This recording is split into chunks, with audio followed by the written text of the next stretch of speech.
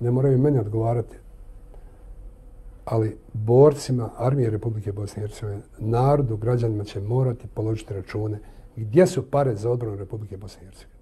Ogromne pare su date. Ja sam objavio u knjizi završne račune koliko je armija potrošila 92., 93., 94. i 95. godine. To sve zajedno iznosi negdje oko 160-170 milijuna njemačkih maraka. Po procenama našim prikupljeno između 5 i 7 milijardi njemačkih maraka za odbranu Bosne i Hercegovine. Gdje su pare? To je pitanje. Gdje su pare? Prije ili kasnije moraju to kazati gdje su pare za odbranu Republike Bosne i Hercegovine. Da smo dobili novac, da smo dobili naoružanje i embargo je samo izgovor. Bilo je dovoljno ljudi da se to moglo kupiti.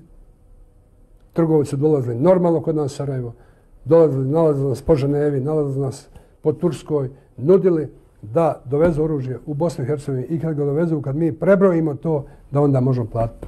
Međutim, svaki put je bio izgovor da nema para, što nije tačno.